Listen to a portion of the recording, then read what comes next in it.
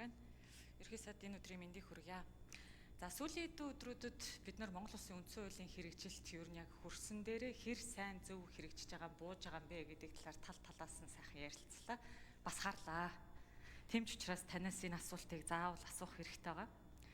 За Монгол хүний нэр төр бол үндсэн хуулиараа хамгаалагдсан байгаа. За бид нар яг үндсэн хуулийнхаа зүйл залтыг харах юм бол 17 дугаар зүйлээ харж болно. Тэгэхээр Монгол Улсын иргэн шударга хүнлэг ёсыг эрхэмлэн хүний нэр төр, алдар хүнд, эрх, хууль ёсны ашиг сонирхлыг хүндэтгэн, ёсчлон биелүүлнэ. Энэ үүргээ ёсчлон биелүүлнэ гэж заасан ба. Гэвтэл хэвлэл мэдээллийн хэрэглэлийг ашиглаад бидний үр хүүхдийг, хань ижлийг, садан төрлийг, энэ танхимд сууж байгаа улс төрч болгоныг янз бүрийн нэрээр нэрлээд хочийг нь өгөөд зөвхөн шүүх тогтоох ёстой асуудлыг одоо нэрлэн зааж нэр хүндтэн одоо маш бүдүүлгээр ханддаг ийм байдал бол нэгэнт тогтжээ.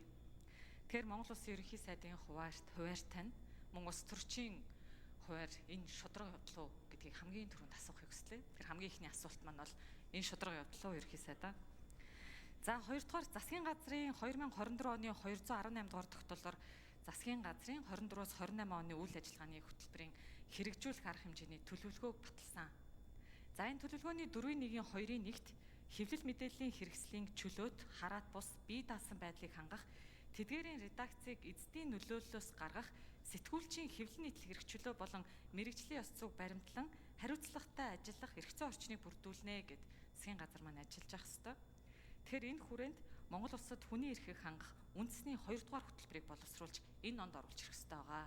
Энэ ажил хэр явцтай байгаа юм болоо.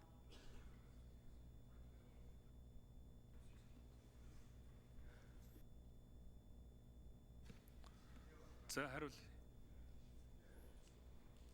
За Батмөр гişүү хариулах юм байна. Эндний 3 намар. За баярлалаа. Инквер гişүү. Хүний эрхийг хангах үндэсний хөтөлбөрийг хууль зүйн дотоод хэргийн яам боловсруулад, хүний эрхийн үндэсний комиссоос хамтарч боловсруулад, за энийг засгийн газраас санаачлах уу, улсын их хурлын гишүүдээс санаачлах уу гэдэг хоёр хуулиараар ярилцаад улсын их хурлын даргын захирамжаар байгуулагдсан хүний эрхийг хангах үндэсний хөтөлбөрийг боловсронгуй болгох ажлын хэсгээс санаачилж байгаа.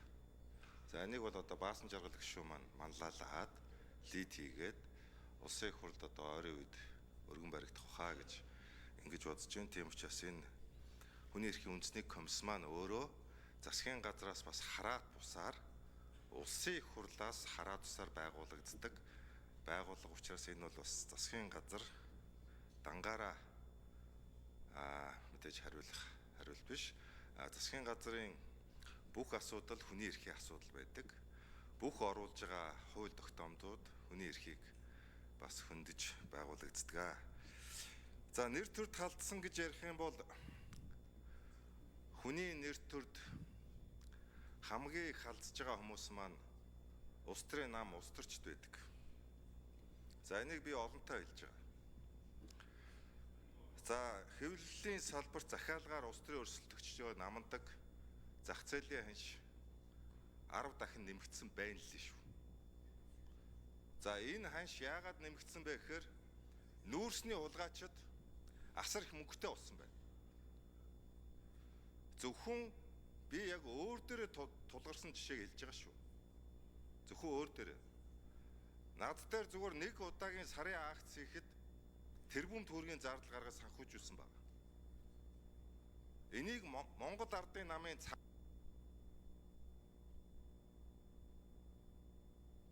За 1 минут Цандаштар дараа хариулъя. За 1 минут авч хариулъя. Тэгэхээр энэ үндсэн хуулийн зохицуулт бол иргэд Монгол хүн үзэл бодлоо чөлөөтэй илэрхийлэх, үг хэлэх, хэвлэл нийтлэх, мэдээлэл хаах, мэдээлэл хүлээн авах эрхийг баталгаажуулсан. Гэсэн хэдий ч энэхүү эрхийг хэрэгжүүлэхдээ бусдын нэр хүнд, алдар хүнд хууль ёсны архич сонирхлыг зөрчиж болохгүй.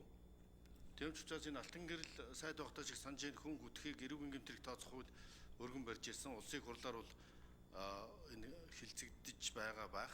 Гэхдээ энэ бол ерөөсөө үг хэлэх хэрэгчлээ бол мэдээж үзэл бодлоо илэрхийлэх хэрэгчлээ бол арчилсан нийгмийн гол үндэс. Улс төрчид бол төмний хараанд байдаг учраас мэдээж дандаа шүүмжил төртчээдэг. Би бол одоо 9 шидээр гүтгэж донтол зөндөл хэлүүлж байсан боловч нэг ч удаа цагдаа шүүхт хандж ийсэнгүй. Ягаад гэвэл хууль эрх зүйн орчин юм учраас. Тэгвэл ер нь ил тод байдал иргэн илүү мэдээлэлтэй байх нь эрүүл нийгмийн их үндэс гэж үзнэ. Харин үнэхээр одоо хүнийг гүтгэж донтолж байгаа бол хууль шүүхийн байгууллагатай хандаад шийдвэрлэх эрх нь бол одоо нээлттэй байгаа.